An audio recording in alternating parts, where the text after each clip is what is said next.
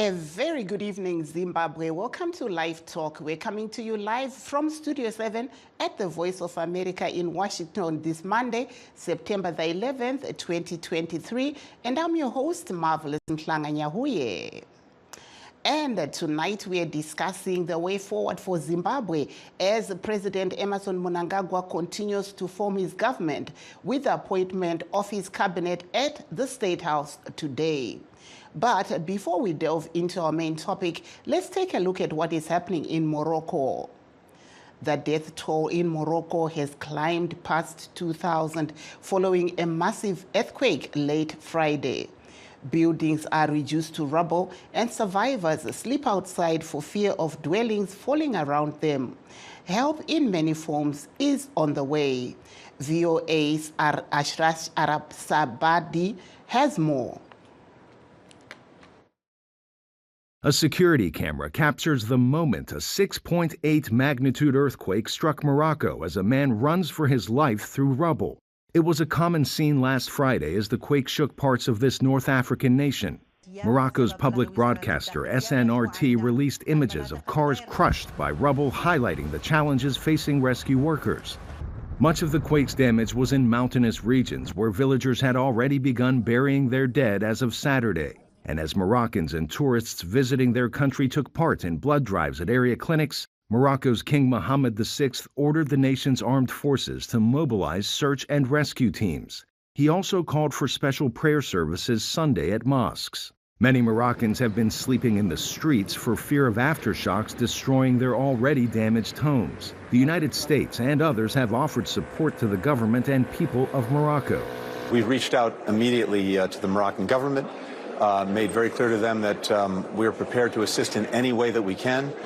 We have the U.S. Agency for International Development, which takes the lead in our efforts, mobilizing, and we're waiting to hear from the Moroccan government how we can be of most assistance. But we're tracking this very carefully, and our hearts go out to the people of Morocco who suffered this devastating earthquake, and we stand ready to help in any way that we can.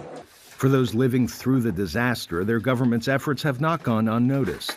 Authorities are doing their best, and even like in the high Atlas Mountains where people lost their lives and where that earthquake hit harder, they're trying to help. And I'm very sure that our people, our Moroccan people and our Moroccan community can get together and we can go through this. Morocco has not seen this powerful an earthquake since 2004, when a magnitude 6.3 quake killed more than 550 people in one of the country's poorer regions.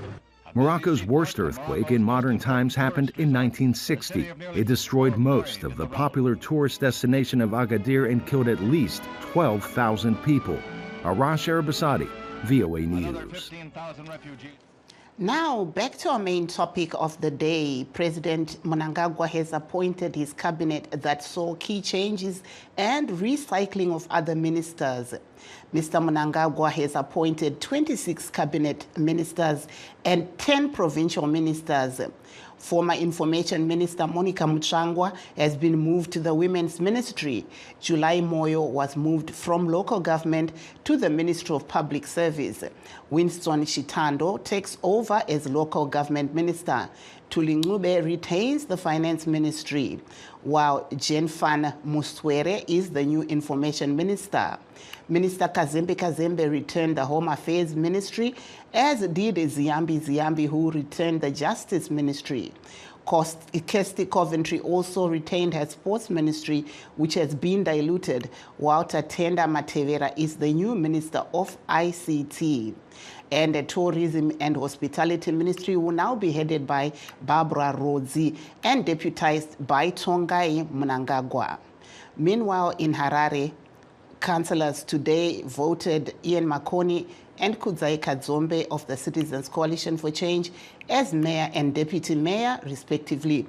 But I would like to first go back to President Mnangagwa naming his cabinet today. Let's hear what he had to say. I have finance, Minister of Finance and Investment Promotion. Professor Ntuli Bulawayo, Deputy David Kudakwashi Mnangagwa, May. veterans of the Liberation Struggle Affairs, Christopher Mtswangwa, Deputy Monica Mavunga. Mtswanga is Mashonaland West, Mavunga is Mashonaland Central. Then Youth Empowerment, Development and Vocational Training. Minister Tino Machakaire, Mashonaland East. Mpamanga Junior, Mashonaland Central Deputy.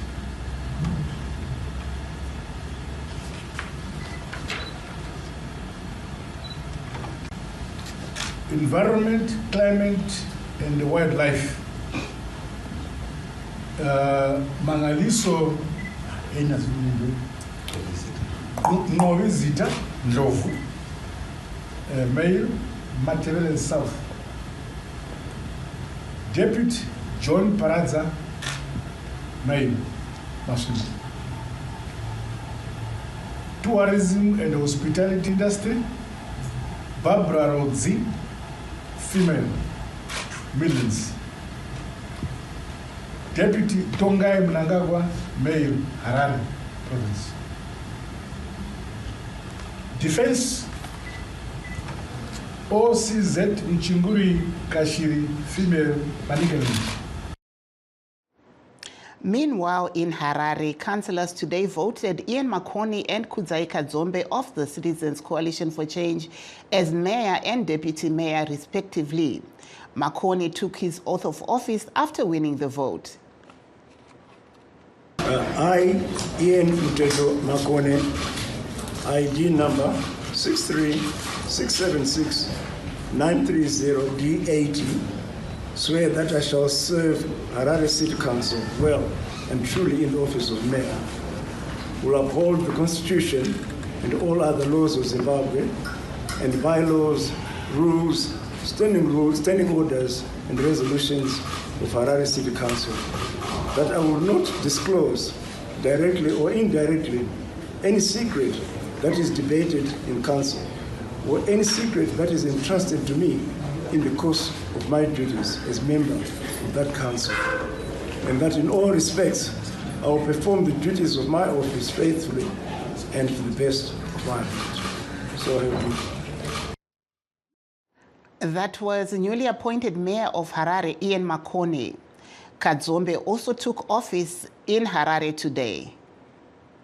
I, Kudzai Kadzombe, ID number 631-75292-Z38, swear that I will serve Harare City Council well and truly in the office of Deputy Mayor, will uphold the Constitution and all other laws of Zimbabwe and the bylaws, rules, standing orders, and resolutions of Harare City Council, that I will not disclose directly or indirectly any secret that is debated in the council or any secret that is entrusted to me in the course of my duties as member of that council, and that in all respects I will perform the duties of my office faithfully and to the best of my ability, so help me God.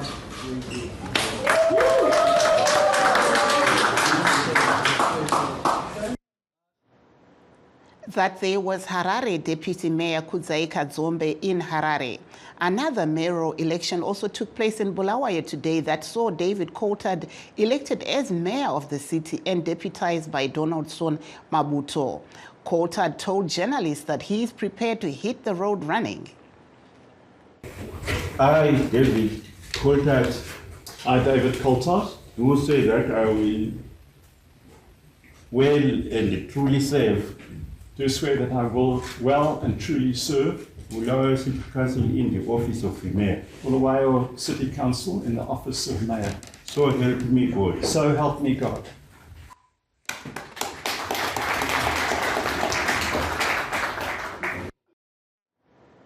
That there was newly appointed Bulawayo City Mayor David Coulthard in Bulawayo.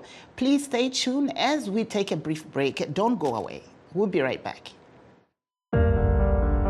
In times of change, when the world seems uncertain and what we hear doesn't reflect what we see, we seek the truth. When we are told only part of the story, we lose trust. In moments of crisis, our dreams, hopes, and wishes for a better tomorrow depends on a free press. At Voice of America, we bring you the stories that people take risks to see. We connect the world and unite it with truth. At Voice of America, we show you the whole picture.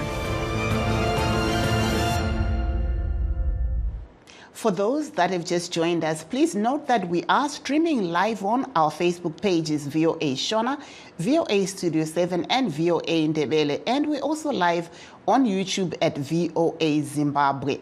To discuss Zimbabwe's way forward and the appointment of the new cabinet, we are joined by Godfrey Kurawone of Triple C and Francis Mufambi of ZANU-PF. Welcome to the program, gentlemen.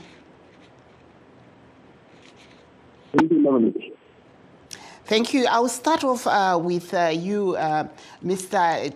Kurawone. You were once a councillor yourself. We saw a lot happening in Zimbabwe today.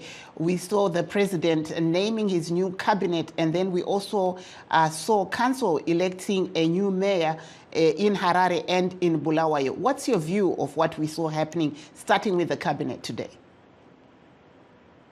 Okay, thank you very much, Marvelous. But starting with the cabinet, I'm not seeing anything that is going to change, because 90% of the cabinet that has been appointed is the same cabinet that we had for the past 5 years. So if that's an old wine in new bottles, so there's actually nothing there. The same cabinet that has been ruining this economy for the past 5 years is the same cabinet that we have. We have people like Kes Coventry who did extremely nothing for the last 5 years, and that very same person has been appointed. And something to note that I've seen today is that the Zimbabwean cabinet has been reduced to Mnangagwa's structure, where his family dominates the whole cabinet. We talk of his two sons are in cabinet. Himself is the president. So it's like he's trying to create a monarchy, and I'm not seeing anything that is going to change in terms of development with this so-called new cabinet. And going to the election of mayors. I think this time around, Triple C has elected mayors with substance. It has elected mayors who have been tested before. I think you understand that David Coulthard was our Minister of Education during in this government, and he did extremely very well. So we expect that he's going to excel as the mayor of Bulawayo. And you realize that his deputy is a very young person, Donald Mabuto. He has been a councillor for the past 2 terms. So he has a vast experience when it comes to dealing with local government issues. And in Harare, as you notice, Mayor Makoni is a mature, stable, calm, and collected, and he has experience in leadership because he has occupied so many leadership positions in different organizations. So that management experience that we have will give him a great advantage in terms of leading our city council. And also that Kudzeka Zombe, the deputy mayor, this shows how Triple C is more concerned when it comes to issues to do with gender equality. That is why Kudzeka Zombe has been nominated as the deputy mayor. And Kudzeka Zombe has been a councillor for the past 5 years. and she also has experience. So the thing is, we are combining. It's a combination of experience, knowledge, and also leadership qualities. So thank you there, Mr. Praone. Thank you. Expect fireworks this time around. Expect change this time around. Expect development in the city this time around. Thank you so much, Mr. Godfrey Kuraone. I'll move over to you, Mr. Francis Mufambi of ZANU-PF. You just heard what Mr. Kuraone was saying. He's commenting on the cabinet that we just heard the president announcing earlier on today, and moving forward also to the mayors in both Harare and Bulawayo. Let's start with the cabinet. What do you say about what we saw happening today? Okay, thank you very much, Marvelous. As ZANU-PF initially, we are not fed with the verbal vomit from our colleagues in the opposition, because look at it, he's actually mentioning that there are members of the Mnangagwa family or clan in the cabinet, but he's forgetting that in the previous election we had Nelson Chamisa, Fungai Chamisa, and Stan Chamisa coming from the same family and running for political office. These are bona fide Zimbabweans, and they have the right to run, and they are members of ZANU-PF in good standing. Let me maybe address the issue of the cabinet. I think we realize that President Mnangagwa has announced a new cabinet, and this cabinet is infused with new blood and veterans, which is particularly designed to ensure that there is continuity for national development in line with our Vision 2030 policy. Then this cabinet is also alive to the gender balance policy espoused in our national laws, as well as in any other international instruments that Zimbabwe is party to. This cabinet, again, is also alive to the tribal balance and regional balance, making sure that no one and no place will be left behind.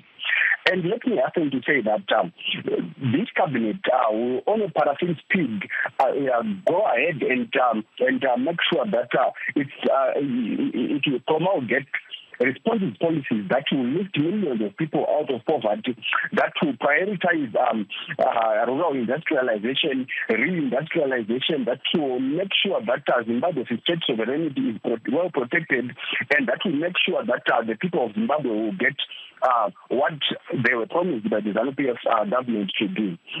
Okay, let me also maybe highlight the same issue that my comrade is trying to address, of comrade Kuda David Mnangagwa. I think he is also maybe not aware that this is a very qualified person, in that he is a holder of a Bachelor of Laws degree. He also has a business administration actuarial science degree from Drake University, and from this he actually has vast experience working in the US and any other countries. So basically, we are dealing with a person who has experience, a person who can deliver what the people of Zimbabwe are looking for. So definitely, I can assure you that these appointments were based on merit and not any other thing, right? Then going to the mayors, I think it's actually clear to us that the opposition has been giving Zimbabweans a very big legacy, and their legacy is a legacy of empty promises. For the past 20 plus years, we have seen them changing mayors, but not producing anything for the cities. We have actually seen our cities being reduced from smart cities to become dirty cities. So we are not expecting anything from them except failure. So, Marvelous, I think that is my initial submission. Thank you there, Mr. Mufambi. Vakuraone muri kunzwa zviri kutaurwa navamufambi veZANU-PF. Hanziwo kana kwenyu ikoko kutriple C vari kutiwo kwakambenge kuine vamwe vakanga vachipanana zvigaro sezvataona zvichiitika kumhuri yavaMnangagwa yawanikwa ichidomwa pakabineti, munoti chii?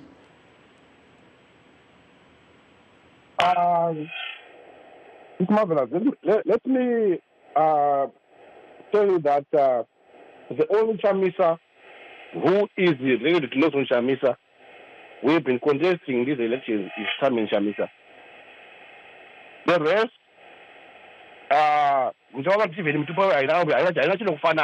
so the rest is just but they're not related. And then I want to deal with the issue. Yeah, I thought this opposition has been in these councils for the past 20 years. Mm-hmm. I want to educate my fellow colleagues on how council operates. ndosaka takuudzai maimbova mukanzuru taurai tinzwe. No council in Zimbabwe exists in isolation. That's one thing my fellow colleagues must understand. All these councils, they eat and they feed from the national economy of Zimbabwe. So once the national economy stumbles, all cities, they are affected directly and indirectly. How so? Okay. Like I said, these councils, they are operating in an economic environment managed at the national level, right? So, I'll give you an example. For example, when all the service providers wanted to be paid in US dollars, government was busy instructing councils to collect money in RTGS. So council get money in RTGS, and they want to buy services and goods from suppliers, and the suppliers demand US dollar. So how can council operate in that environment? That's the first example that I can give you. And the biggest chunk of ratepayers in each and every council, they're civil servants, nurses, doctors, teachers, soldiers, police officers, prison officers, and other government workers. Those are the biggest ratepayers in each and every council. And those people that are given peanuts by the government, how do they pay services? So this is the economic environment in which these councils are existing. So there is no council that can excel in a dead economy. So Musoro and Musoro. So don't expect councils to do miracles. Regai tinzwe vamufambi muri kunzwa zviri kutaurwa navakuraone. Asi pane vamwe vari kubvunzawo pafacebook page yedu yeVOA Shona kuti imi mataura kuti ava vekwaMunangagwa vaappointwa vane maqualifications avo avari kuuya navo, asi ihama dzemutungamiri wenyika here kana kuti kwete? Ndo zviri kubvunzwa nevanhu apa. Vamufambi munoti? Okay, initially I am shocked at the shallow argument that Comrade Kuraon is trying to bring to the nation. Because look at it, marvelous, if they know that they are not able to deliver. So initially, why do they even conduct elections? Why do they even have manifestos promising people smart cities when they know that the economy won't allow them to deliver to the people? So it means they have that legacy that I was talking about, and that legacy of empty promises. So he actually acknowledges that they are not going to deliver to the people of Zimbabwe. Unfortunately, as ZANU-PF, we have a mandate that we got from the people, and we are focusing on the following. We are focusing on the economic question. The economic question in doing what? In making sure that we attract investment, in making sure that we increase our exports, in making sure that we create jobs for the people, in making sure that we value add and beneficiate our minerals so to the benefit of every other Zimbabwean. And this feeds to the mantra that I have highlighted before, which is leaving no one and no place behind. We are focusing on what these colleagues are saying. We are focusing on infrastructure development. We are focusing on healthcare, making sure that all our hospitals are well equipped and there is availability of medicine for Zimbabweans. We are focusing on what? We are focusing on making sure there is peace and stability across the country. So basically, all these allegations that you hear from the opposition, are just but hot air. So to say whether or not the cabinet ministers that were appointed are relatives or whatever to the president, it does not materialize. What matters is, do they have the relevant qualifications to make sure that they deliver what is needed for the people of Zimbabwe? The people of Zimbabwe are not looking for famine. The people of Zimbabwe are not looking for clans. The people of Zimbabwe are looking for a workable economy. And this is what the president is doing. And these people are appointed based on merit. So basically, that we can't reduce a discussion of principle to a discussion of names, surnames, totems. No, we can't do that, Marvelous. Thank you. Thank you there, Mr. Kuraone. Manzwa zvataurwa navamufambi hanzi aiwa hazvina basa kuti vari kubva mubamani vawanikwa vachidomwa pacabineti chero vachizoita basa nemazvo. Munoona seizvi? That's the problem with ZANU-PF people, Marvelous. Even when they see wrong, they sing for that. Even when they see wrong done by their president, they praise that. No wonder why in 2017, when Mugabe said, Mnangagwa, they all celebrated. But when now came back and say Mugabe, the same people celebrated again. That's their caliber. They praise and worship even when their president is doing nothing. And even when their president is doing nonsense. That's their problem. They must reform and change from that behavior. But then, I want to comment on the issue. Yeah, had